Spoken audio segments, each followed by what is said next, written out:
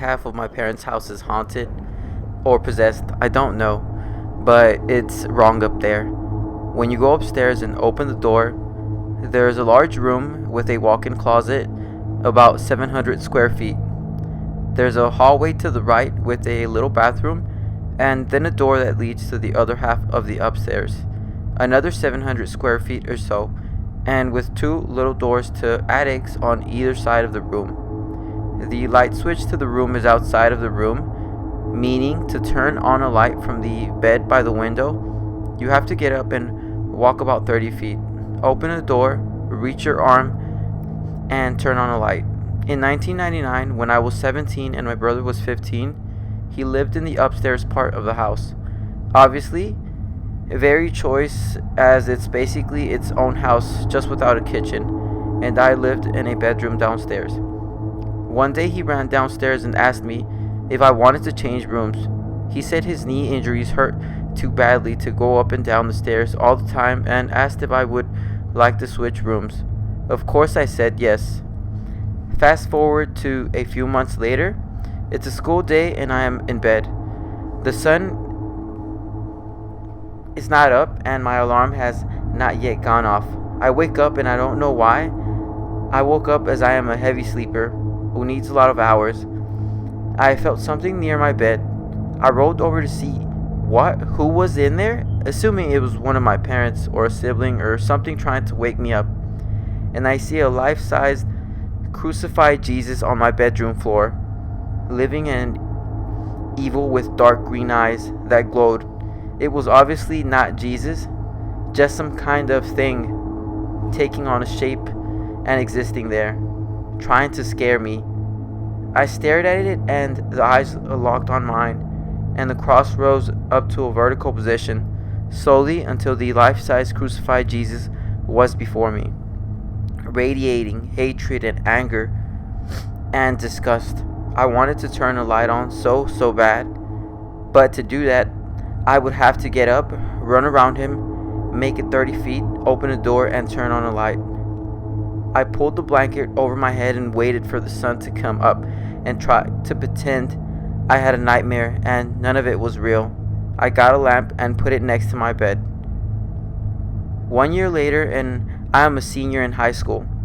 I have put my mattress on the bedroom floor so that I can bang with wild abandon without my parents hearing my bed creak from the family room downstairs.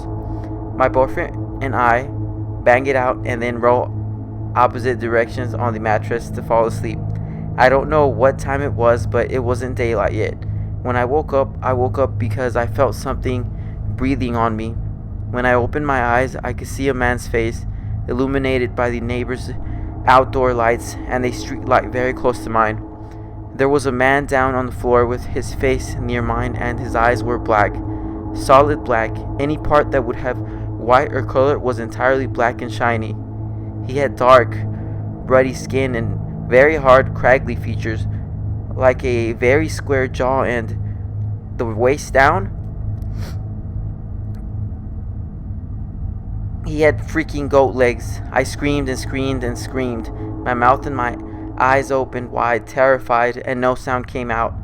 As I was screaming, the goat man, face inches away from my own, eyes still locked on mine, opened his mouth to mock my scream, no sound coming out of his mouth either. I closed my eyes and shut down and counted to 60. When I opened my eyes again, he was gone. My boyfriend rolled over in bed and said, "What the hell was that?" "What do you mean? What did you see?" I said. I kept trying to move and trying to get up and I couldn't move. It's like my body was being held down and I couldn't move.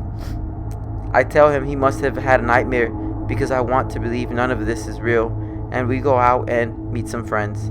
The next night, as I slept on the floor mattress, too lazy to put it up and off my bed every day, a large hooded figure, maybe 10 feet tall or so, wearing a head-to-toe black cloak and with no eyes or face, just darkness, floated through the door from the other room and toward me. It faded before it got to the mattress. I didn't tell anybody because I thought I must have had a night terror or lucid dream. I didn't care that my boyfriend had felt immobile. At the same time I saw the goat man. I assumed we had simultaneous nightmares because how could any of this be real? I had friends come over who would walk into that room, feel cold and get goosebumps on their arms and want to leave. Downstairs in the family room, we could often hear the sound of heavy feet walking around in my bedroom above us.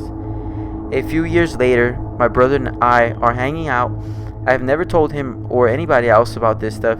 He says he wants to tell something and he's sorry and not to be mad at him. I say okay because he's my brother. He tells me that when he still lived upstairs, he was in the front room playing FIFA and he heard a woman screaming in the back room. He got up and went to look in the room and see what was going on. When he opened the door and turned the light on, the little attic door on the left had streams of blood coming out from around the tops and sides.